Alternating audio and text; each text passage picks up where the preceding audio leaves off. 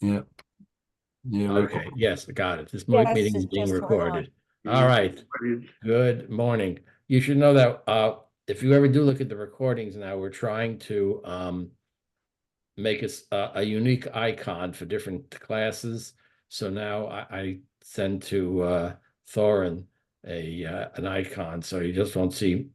So it might be easier if you ever go to the recordings to know which one is which. Okay, so we're starting a new unit today. We're talking about medicine, health, prayer, and also we're going to be talking about vaccines eventually, Misha Barak in synagogue, a number of other issues. I sent out the text to those yesterday to those of you who get the text. And the one that we're going to start with is a classic description of the question.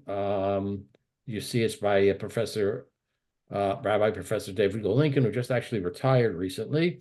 We've looked at his teshuvot very frequently. He was the head of the Schechter Institute of the seminary JTS arm in Jerusalem, and he is also the head of for the Rabbinical Assembly in Israel.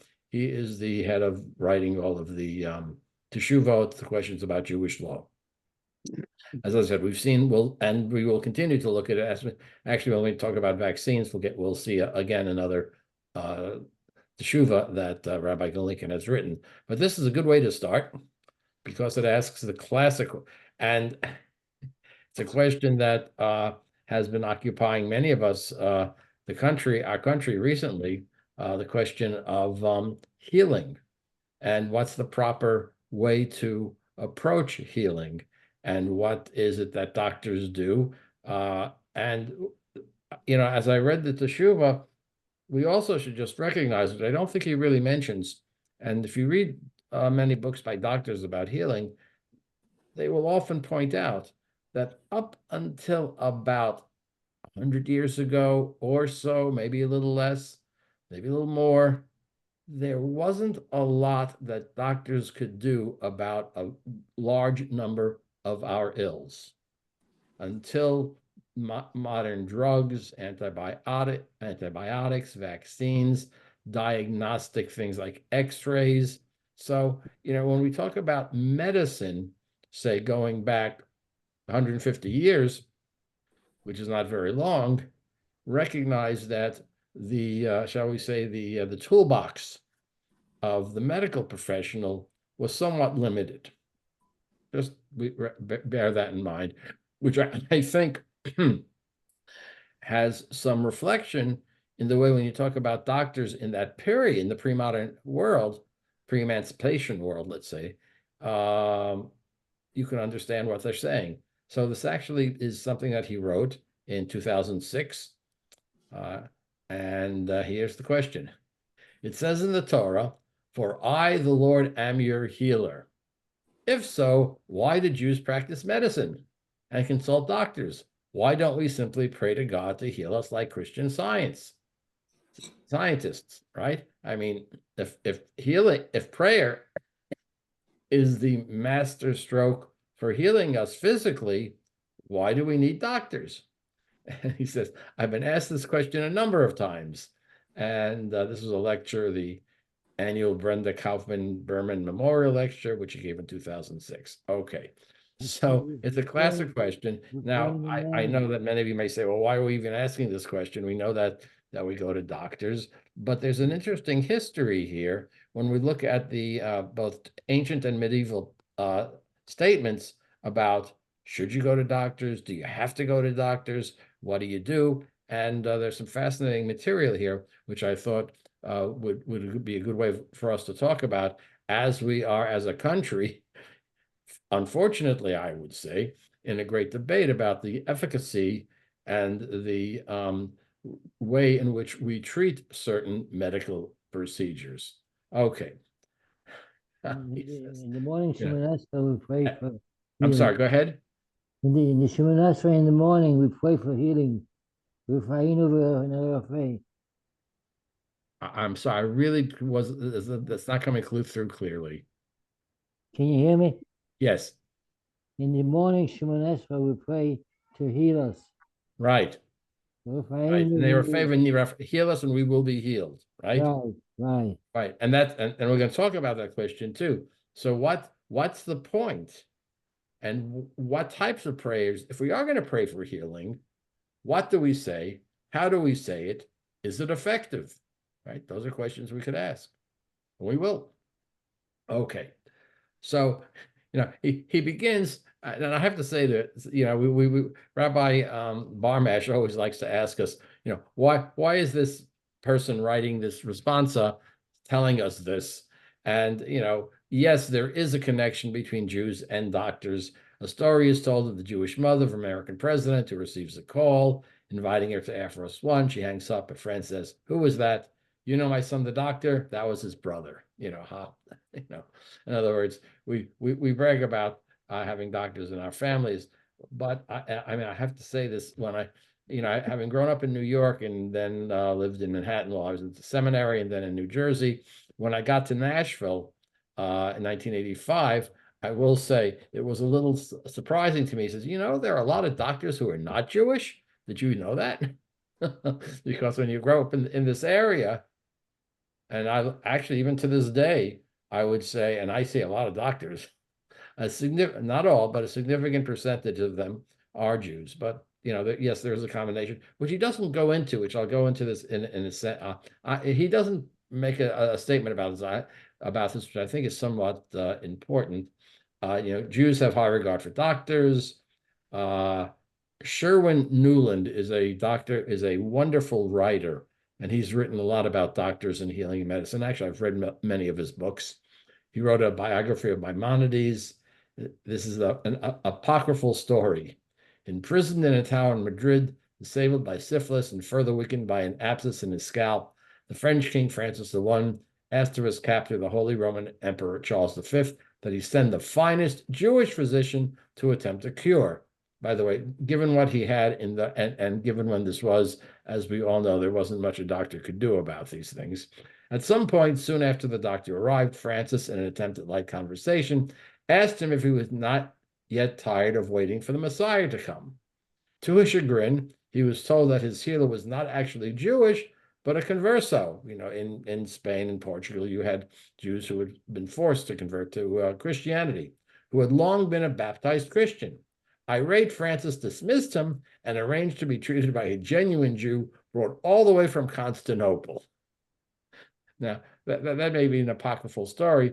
It does say that Jewish doctors were held in high regard. But again, if we're talking about, the late medieval period, not much they can do for syphilis and abscesses. They really didn't have the drugs we have. Okay. During the Arabic period, half of the Jewish doctors were also rabbis. Finally, in the first half of the 14th century, 5% of the population of Marseille was Jewish, but they accounted for 43% of the city's physicians. Maimonides, Ramban, Ibn Ezra were all doctors. And what he doesn't say, which I think should be mentioned, becoming a doctor and going into that field was open to Jews in the medieval period when other professions were simply closed. Why were there so many Jews who were, yes, involved in finance, money lending, banking? Why? Because the other professions were closed and Jews had to find a way to make a living, and they found ways to make a living that were either not so highly regulated or that were just beginning to be opened. I mean, that's one of the reasons there were so many Jews in the garment business and in the entertainment field. New businesses that didn't have the type of restrictions that other ones did. And physicians, you didn't have to own land to become a physician, right? And some places you just couldn't own land. It wasn't one of the major industries in a country or the major sources of income. So I think there's also that as well, that Jews might be attending to go towards medical school. And also, yes, there's a Jewish tradition of study, and becoming a doctor requires a great deal of study. Yes, that's not so surprising. Okay, so I was just sort of surprised that Rabbi Goldlincoln didn't make that mention of that as well. 3 approaches.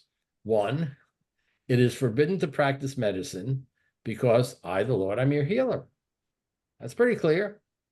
2, it is permitted to practice medicine. Okay, you can do it. 3, it is a mitzvah to practice medicine. Now, note the difference between 2 and 3. It's not just you can, but you are required. When we say mitzvah, we are using mitzvah in its very technical sense. Not, gee, that's a good deed, but no, that's something that God requires you to do, and you have an obligation to do that. So he lays out the 3 possibilities, and he's going to take a look at that. A continuum between a prohibition and a mitzvah, right? Okay. 1, we should pray to God and not use doctors. Now, you may be surprised to feel that might even appear anywhere in Jewish sources. But we know that. We read, if you will heed the Lord your God diligently, then I will not bring upon you any of the diseases that I brought upon the Egyptians, for I, the Lord, am your healer. I mean, that's pretty straightforward. I deal death and give life. I wound and I heal. He injures, but he binds up. He wounds, but his hands heal. That's pretty clear. Then in rabbinic literature, again, we're talking about the rabbinic period, going back, several centuries before the Common Era. A person does not injure his finger below unless it is decreed above. There's the classic view. Everything that happens to us is decreed by God. So if you get sick, as my mother occasionally would say, God is punishing you, right? That does appear there. A snake says, if I was not told by heaven to bite, I would not bite. Or the snake does not kill, sin kills. If you were bitten by a snake, it's because you were sinning.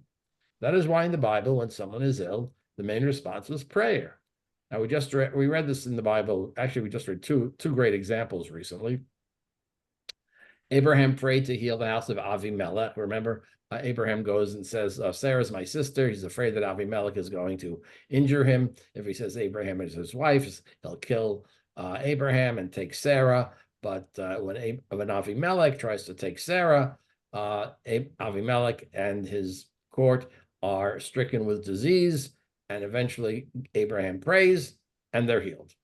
Moses prayed to heal Miriam. We'll look at that in more detail. When Miriam and Aaron speak ill of Moses, they are struck with some sort of scaly disease, and Moses specifically prays, God, please heal her. Elisha prayed to heal the bitter waters. Prayer was used to heal the son of the Shunammite woman and to heal King Hezekiah. Okay, so we have other examples. In the rabbinic period, when someone got sick, prayer, fasting was a very common response to something that was negative, and gave tzedakah. Okay. Prayer heals, but they do not explicitly oppose doctors or medicine. But we have one verse. King Asa became very ill on his leg, but ill as he was, he did not turn to God, but to physicians, and then he died. What might we prove by that? You turn to physicians, you can die. The implication is that he died because he only turned to physicians and not to God. Now, he points out there are few statements opposed to medicine. Have you ever heard this one? I've heard this one quoted. Tov shebirofim legehinnom. The best of physicians go to hell. Why might that have existed? Why might a statement like that existed? Any suggestions? Well, if we're talking about, again, rabbinic times, what could a physician do in most cases of serious disease? Yes, they knew about certain herbal cures for certain minor types of conditions.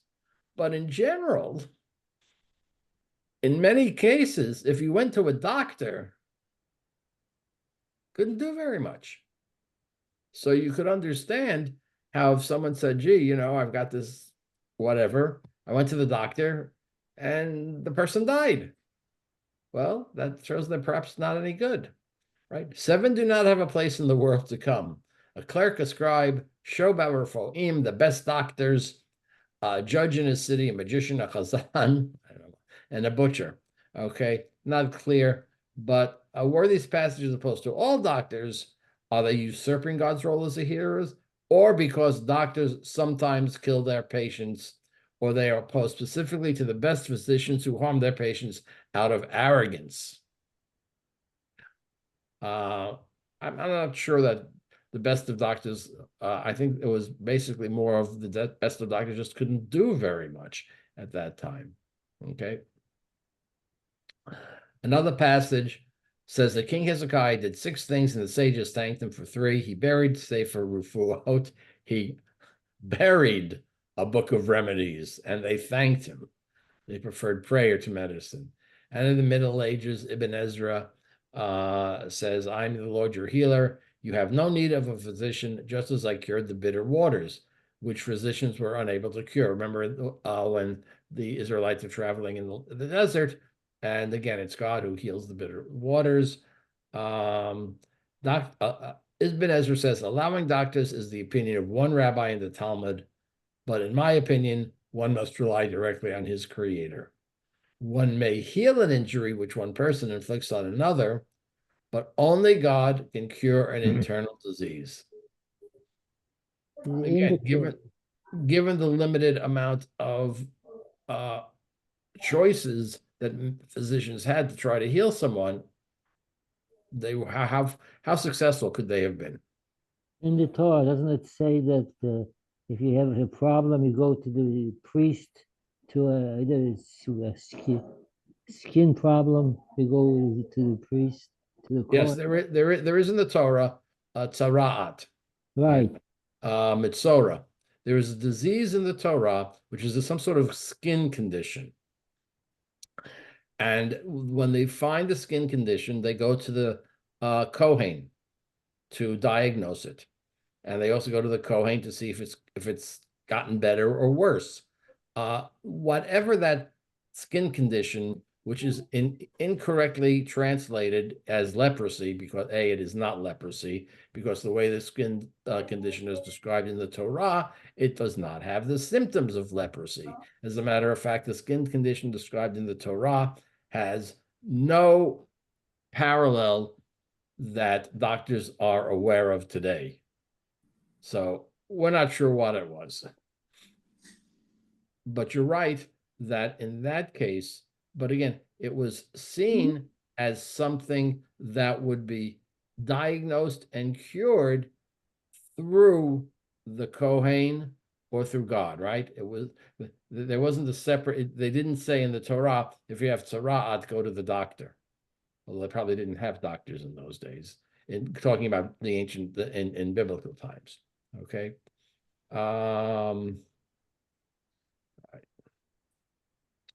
People do not have a right to heal, but it is their custom to do so. This is section 2. Okay, you notice he's dividing this one, he's taking the 9 specific approaches. All right. We should only pray to God. That's 1.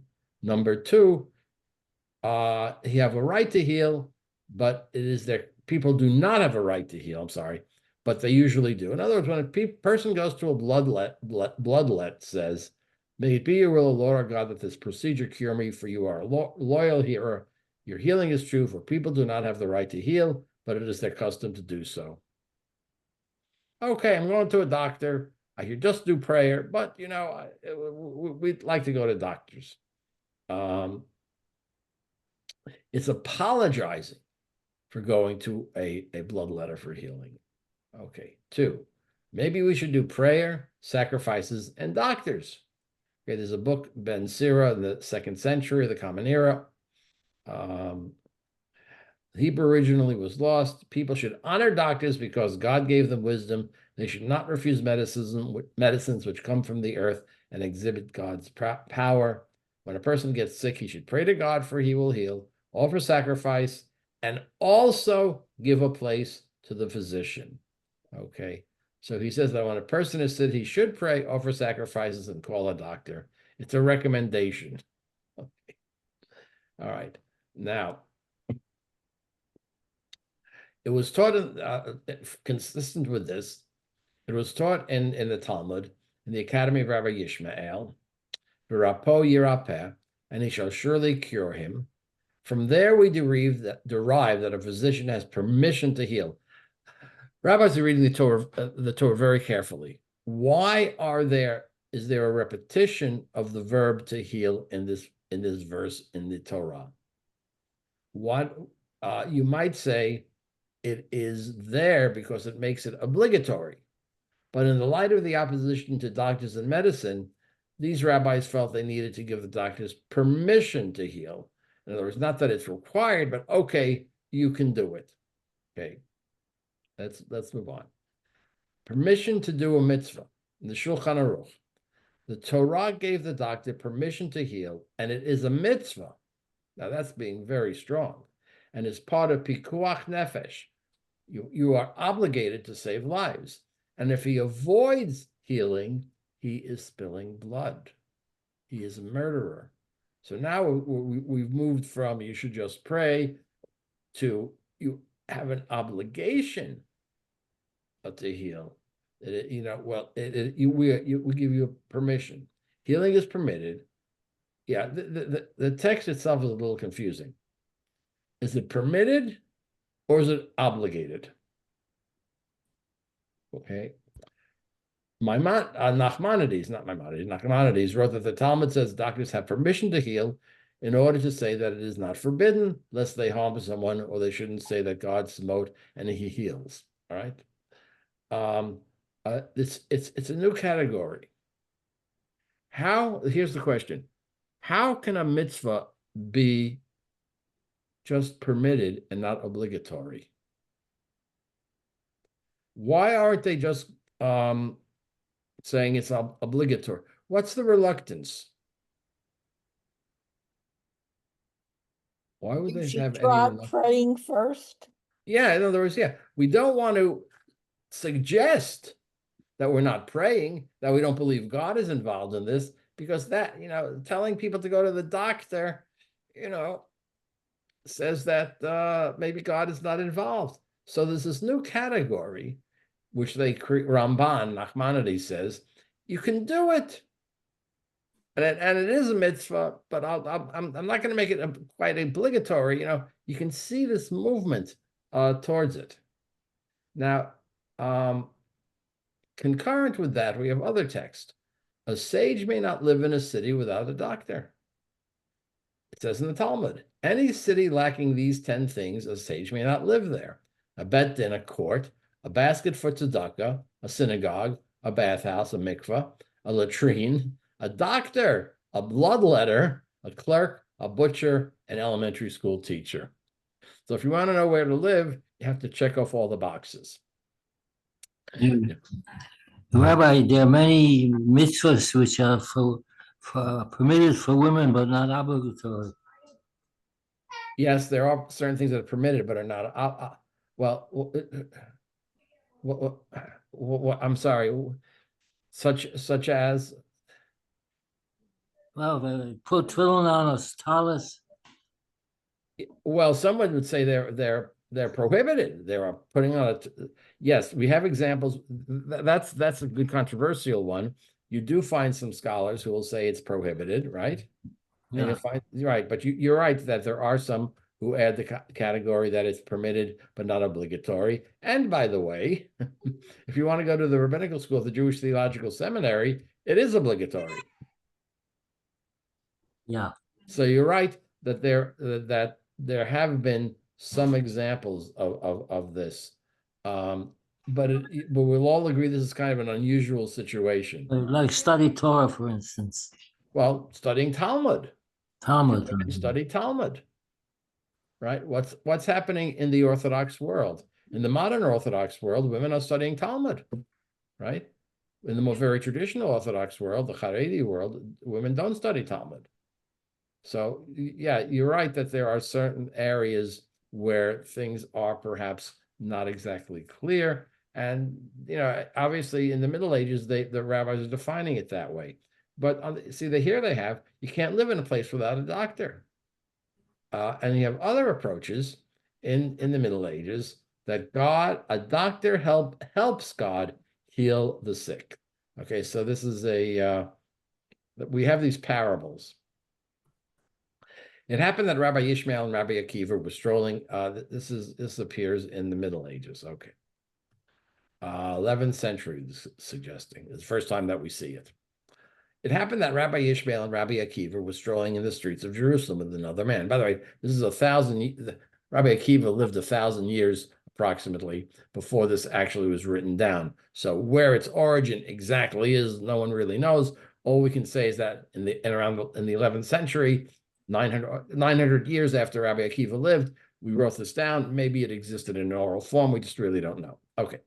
They encountered a sick person. My masters tell me, with what shall I be treated? Okay. Someone's asking a rabbi, what medical treatment? They told him, take such and such until you are cured. The person who was with them said to them, who afflicted this man with sickness? The rabbis said, HaKadosh Baruch Hu, the Holy One, blessed be He. He said to them, and you interfered in an area which is not yours. He afflicted and you heal, i.e., if God afflicted this person with illness, who are you? They said to him, what is your occupation? He said to them, I am a farmer, as you can see by the sickle in my hands. They said to him, who created the field and the vineyard? The Holy One, blessed be He.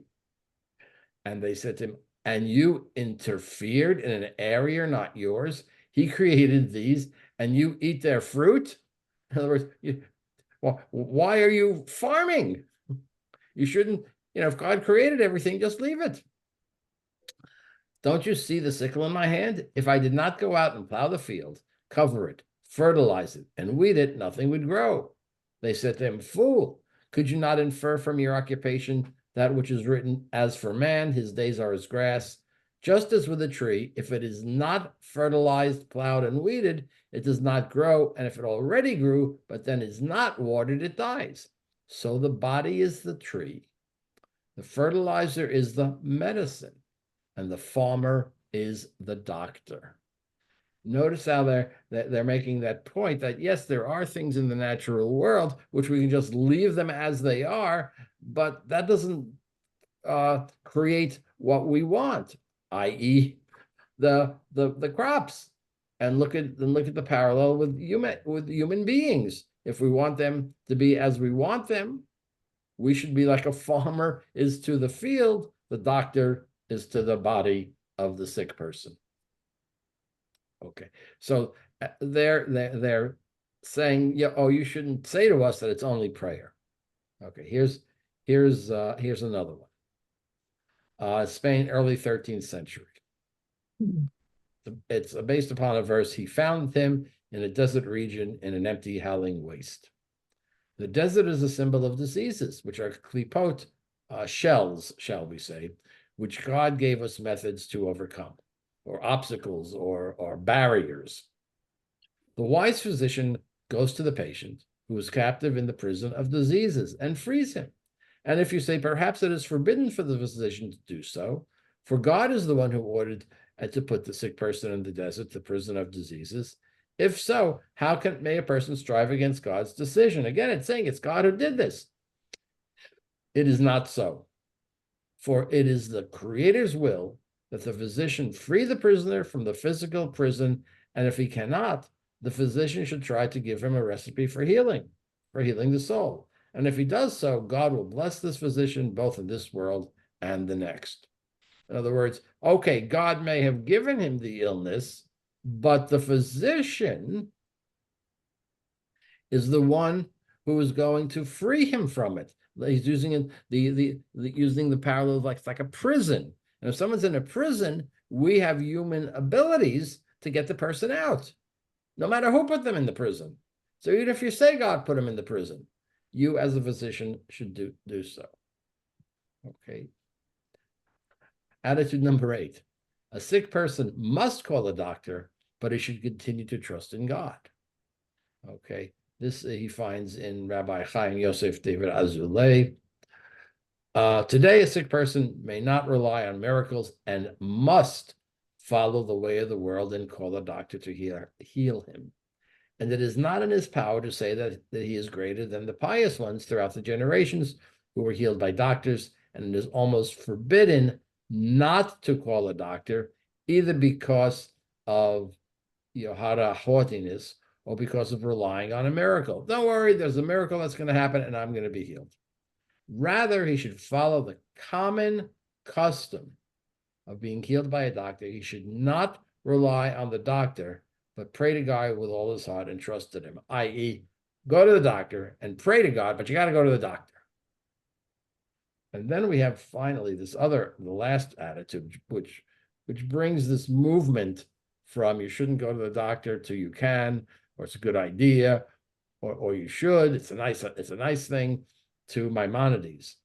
He states at least 4 places. It says that if Ruvain took a vow that he will not derive any benefit from Shimon, Shimon may still hear him. If Ruvain and Shimon are, John Doe and, just some person, Shimon may still hear him. Maimonides explains that it is because it is a mitzvah. Now he's using the word mitzvah in a very technical sense. That the doctor is required by law to heal Jewish patients, as the sages said, and you shall return to him. This comes to include his body. See, okay, so in other words, he is saying that it is a mitzvah to heal. Maimonides does not think that a doctor is permitted to heal, but rather he is required to heal, and it is a mitzvah. He derives this from a midrash on the verse about lost property, right? This is about lost property. And it says about lost property, you have to return. You shall return it to him. If you find something that's lost on the ground, you have to return. So if you find lost property, you have to return it. Okay, there are certain exceptions, but in general rule, you are required to return lost property. Okay.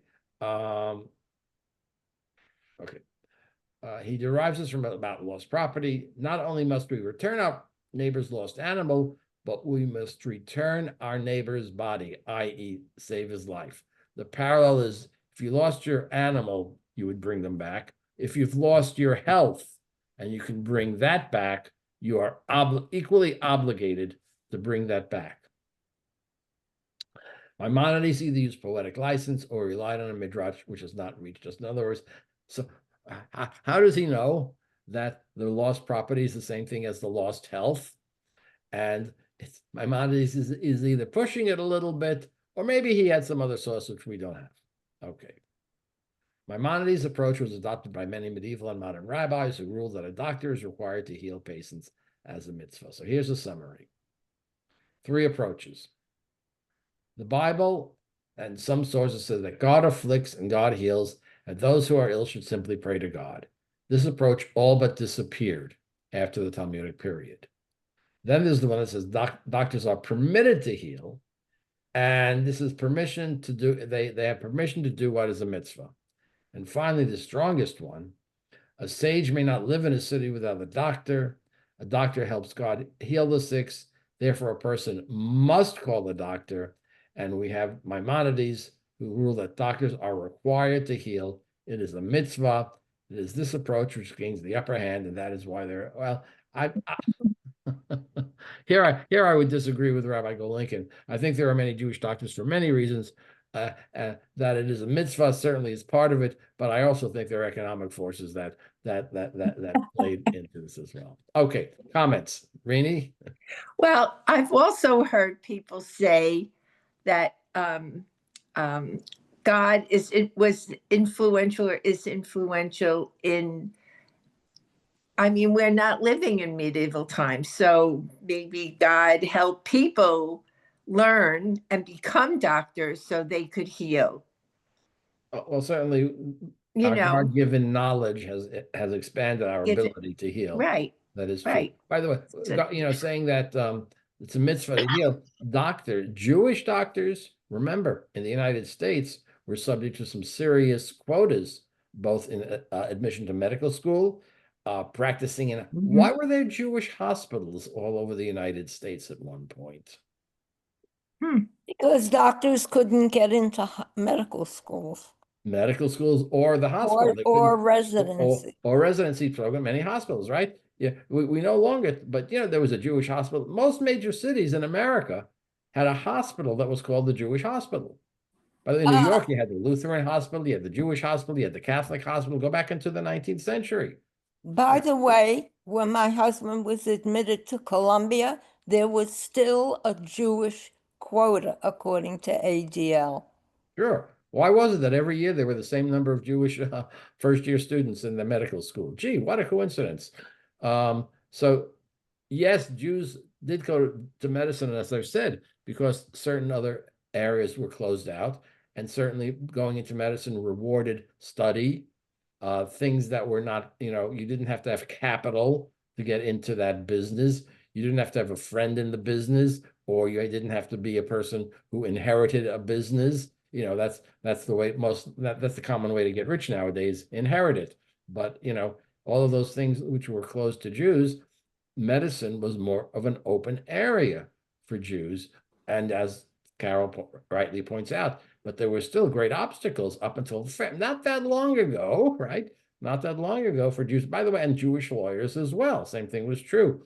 When we talk about, yes, there are a lot of Jewish lawyers, but there were firms, there were still a lot of white shoe firms, as they call them, that Jews could not get in, which is why a lot of Jews formed their own law firms, just as Jews formed their own hospitals. Interesting. I just don't remember offhand. Of course, the hospital situation in Manhattan has changed so much, but it was very clear that the religious organizations had founded some of the original hospital. I mean, the whole idea of a hospital is also a relatively modern idea, and many of the early ones were formed by religious group. Mount Sinai. Mount Sinai. Why was it called Mount Sinai? And there was Lutheran Hospital in Brooklyn when I was not that long ago.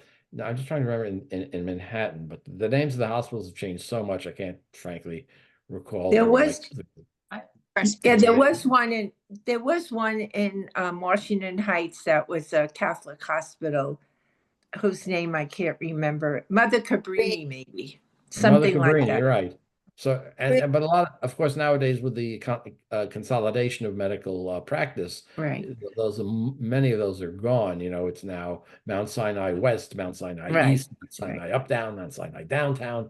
But they used to be specific, and there was a Lutheran hospital. So yeah, a lot of the religious organizations organized hospitals. Rabbi, this is Sima. I was born in a hospital that doesn't exist anymore called Beth David. And that was in the Washington Heights area or around there, because I lived in I was born in Manhattan and lived there for my first 5 years of most of my life.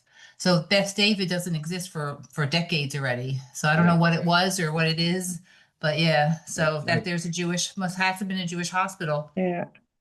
Well, yeah, Beth Israel had just closed recently. Right. On the Lower East Side of Manhattan, had been there for many, many years. Yeah, this is the Upper West Side, yeah. So I don't know. Different parts of it. I was born in St. Joseph's Hospital in Far Rockaway, which I don't even know if it exists anymore. But yeah, from their names themselves, we understand how many of these hospitals were very specifically owned. And in Nashville, one of the major hospitals was Baptist Hospital, and Baptist Hospital. St. Thomas. St. Thomas was a Catholic hospital. They did not do abortions. As a matter of fact, they had no department. They had no babies were born at St. Thomas Hospital. They felt the simplest way to be a Catholic hospital was simply not have an OB/GYN department. So they never had one. It was a great hospital. Actually, I was in there once, St. Thomas, and then the other one was Baptist. So yeah, that was the pattern. So now, things have changed. So I think David Lincoln is he's leaving out the economic factors that were some of the basis for so many Jews going into medicine. You have St. Joe's right here in Patterson. Yeah, that's true. Yes, I've been there. Me too. Visited people there. Okay, so this gives you a sort of a general overview of this question about Jews and medicine and where they came from. So what I want to do, yeah, good, we have a little time to start this. I want to then take the let's take that first position. Let's talk about it.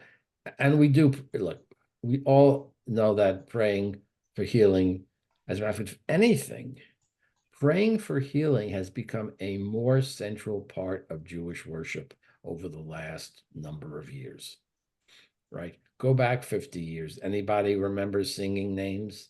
Anybody, remember, well, it's now Debbie Friedman's melody in any conservative and reform synagogue that I've been in or seen on Zoom, they use Debbie Friedman melody. Mhm. Not only do they use the Debbie Friedman melody, but at one point it was that you only do a public refuah shlema on Shabbat morning or when the Torah is read. There was a pattern of doing that. Not anymore.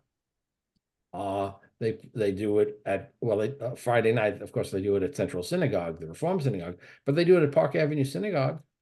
They at a specific point in the service, they go over the whole refuah shlema list, and they pray for healing. So that has, we can talk about that phenomenon.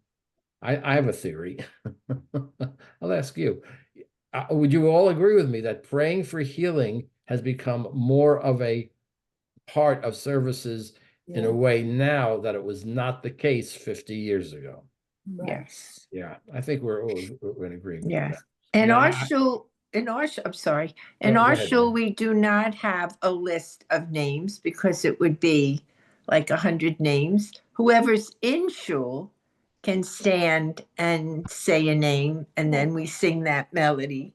But you don't just sign the list. If you want to have a Misha Berach, you show up in shul. Well, that's a technical question, which we're going to take we'll take a very specific look at that. One of these texts that we're going to look at they asked the question, how long should a name stay on the Misha Berach list? Right. It's a good question. How long, for what purpose? And on a more serious thought, what about people with chronic illnesses? Right. Do you keep them on the are they on the list always? Do they take them off the list? What about people who have a terminal disease? What do you do then? We'll take a look at I think those are important questions, which the Yeah. teshuva Mhm. that Mhm. the Rabbinical Assembly put out a few years ago. We'll take a very close look at that. But certainly, by the way, let me ask that question. Why is that? Why do you think that praying for healing has become a more central part? I mean, I know synagogues. They say, we do it every day at morning minyan, whether or not we bring out the Torah. And I've had rabbis been asked, well, why can't we do it at Mincha and Mariv? What's going on? Well, it is Any part of theories? the mincha service. Well, the In the repetition of the Amida, Amida, yeah. but the question is, it has been added in places like Friday night at Park Avenue Synagogue. I assure you, 50 years ago at Park Avenue Synagogue on Friday night services, they weren't singing Misha Berach for healing. That didn't happen. And who knows? I'm not sure. Before Debbie Friedman, not sure what happened. But I think we all agree that I've seen this. It has become more of a phenomenon. Why is that? Rini, what's your theory? I think it's because you feel the support of the community. Same as, like a Shiva visit. People don't have to visit you during Shiva, but it shows some community. And so you're listening to someone praying for someone who's dear to them, who's sick. You assume it's someone close to them who's sick. And then when you sing the Misha Berach, it's for everyone who's sick. It kind of gives you a good community feeling. And our rabbi doesn't only just say complete healing. She always says enough healing. Well, we'll look at that question about people who are chronically or terminally ill. What do you say? That's an important question. Mm. But feeling of community, why in the last number of years has that become more of a part of our public services? Maybe we need a sociologist, or maybe Tammy's got the Yeah, answer. I said it's a crutch for the healthy.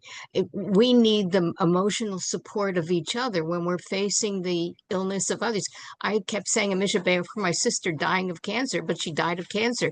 But it made me feel good that I had some strength to try to support her. I couldn't go in there and rip out the cancer from her, but I felt like if I could give her emotional support, it would help me. So I think it's for the living to help the people who are sick. Okay, that's a great answer. We're gonna take a look at that in more detail when we talk. I want to talk about, does prayer work? That's and Sometimes how. yes, and sometimes Well, no. we'll take a look. We'll take a look at that. But I still want to go back to this because I have my own theories, as I often do. You may have heard the Roth theory of this or that, but I'll give anyone else before you get the Roth theory of why this has changed. I'll entertain any other possibilities. They also do it in the churches too. So I think Sure. we're copying what they're doing, and it makes people feel good. Okay, that's a good possibility. Okay, here's the Roth theory. Two things have happened. Number one, I strongly believe that it's the influence of having more women in the rabbinate. Really think that has had an influence on our services, on our sensitivities, and I don't want to be stereotypical, but I will be for a moment. I do think that having more women in positions of leadership in the Jewish community have added an element to our services that was somewhat lacking in the past. And I can't give you statistics, and I don't have the surveys, but I think that's part of it. That's one. Two, I also believe that we are looking more now for a more personalized service. I think if you go back 50 years ago again, and Fran, you can tell me more about this, at the Fairlawn Jewish Center, or for that matter, any large conservative synagogue, wasn't quite as the idea that it would be emotional or personally touching strongly was not Not at all. necessarily part of the ambience or the feeling of what should happen during a large Jewish service. Mhm. I see you Correct. shaking your head, Fran. Right. And Tammy, you are too. I believe that we are at a time when people are spiritually looking for aspects of a service that are going to be more directly in touching them in certain ways and expressing what they feel. And that general concept, which again, I will say is partially because of more women in the rabbinate and more women in leadership roles, has become a more important part of our services. And that too sort of is an underlying matter for our increased interest and increased appearance of prayers for healing in our services. So now you have the Roth theory. I think that's a great theory. I really do. I think there's a big difference between, well, you know how I feel about you and as our former rabbi, but I think I just love our rabbi. I think she's very warm, and and I see she's the first female rabbi I've ever been in a shul with. And I see a big difference between her and the shul we used to belong to. Right. And I agree with you. I think it's a very good theory. Not wrong. I think people are looking for a more emotionally stirring service. Why are musical instruments so much more common Right. nowadays? Right. Again, get on. If you go on, I go on Zoom on Friday night. Sorry, but I do. And all the major synagogues that are not Orthodox in Manhattan, have 5-piece bands on the bima. Temple Emmanuel, Park Avenue, Central Synagogue, BJ. They're there. Why? Because I sense that music does something to your soul It does. that we are not able to touch without it. Now, some people will argue, yes, there are very traditional synagogues and many synagogues without instrumental music that can accomplish that. And there are some, no question about it. But I think the introduction, and there you will thank Marshall Mayer, because there's a difference between having that group of 5 or 6 musicians standing on the bima versus having the organ coming out. Again, think of the different emotive ways in which we are touched at services or our spirits are moved, and having those musicians and singing versus having an organ in the background. And I think that is an indication, and that adding the prayers for healing as a more central part of our services is all part of those sociological, so let's face it, sociological and as well as theological issues that impact how our services are conducted. So there you have the Roth theory. Rabbi, this is Yeah. him again. I think that people are looking for love. Mhm. And a lot of things that you see today, like there's some things I see available to listen to. Judaism is love. And I know that the younger generation, they're looking for something different than what we used to go to shul for, how our blind belief was. They're really kind of looking for a more emotional connection. Right. So And not yeah, a spiritual, not as personal. much as spiritual as an emotional connection. Mhm. I think that's very much part of it. By the way, Judaism is love. That is the name. Let me look in the book. Right. Where's Right. it's on my bookshelf. The Beatles. I didn't read it, but I bought it. Right. Who's the Beatles? Yeah. All you need is love. Don't go away. Is that what you're It's saying? Rabbi Ed? Shai, Yes, Rabbi all you need is love. Shai Health. Rabbi Shai held. Right. There, no, that's not it. What it looks like. Why can't I find? I hear it. Okay. It looks like a sheet like this. Yes. It's got a list of my bonds. Judaism is about It's a love, single right? sheet. Right. Why did he have to write a book? Because, Christianity is about I was love. working on it on Judaism my is about desk. justice and strictness. You see Like it? the God of the Old Testament is strict and mean, and the God of the New Testament is loving. You've heard that nonsense, shall we say.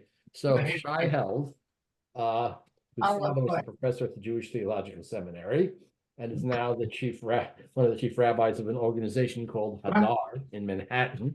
Very popular organization. He's Yeah. going to be in Wyckoff on Sunday. Oh, yes, that's correct. And to talk about his book. Yes. Yes. I will honestly say I haven't read it. It's on my shelf. It's become a very well-known book. And the point is that what's the subtitle?